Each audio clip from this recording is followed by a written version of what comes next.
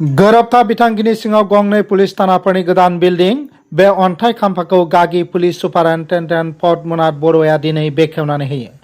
अदालगुरि जिल्लायाव जोबोद गोनांथार गंनै माजबात आरो अरां पुलिस थानाखौ गोदान महर होनाय जागोन।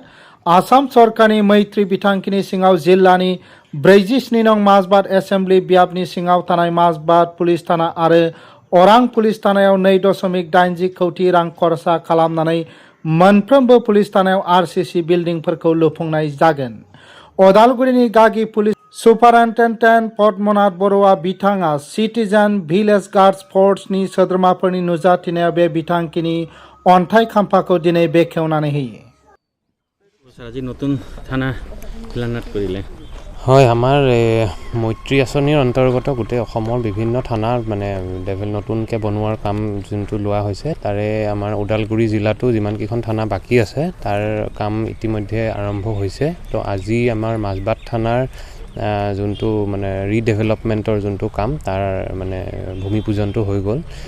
মাজবাট থানাখন আগতেও বিল্ডিংটো আছিলেই, এতিয়া জাষ্ট এইটো এক্সটেণ্ড কৰা যাব আৰু গোটেই এইটো মানে ব্ৰাউন ফিল্ড প্ৰজেক্ট বুলি কয়। ইয়াৰে এক্সিষ্টিং থানাটো লগতে লৈ পেলাই ডাঙৰ কৰি দিয়া যাব আৰু মৈত্ৰী আঁচনিৰ অন্তৰ্গত যি মানে একদম মডাৰ্ণ পুলিচ ষ্টেচন এটা যেনেকুৱা হ'ব লাগে সেই গোটেইখিনি সা সুবিধাখিনি থাকিব। জিলাখনত কেইখন থানাত আজি 3খন থানাত হ'ব, মাজবাট, ওৰাং আৰু খৈৰাবাৰী, আৰু তাৰপিছত আৰু কেইখনমান থানা আছে। আমি যেতিয়াই হয় সেইমতে কামবিলাক চলিব।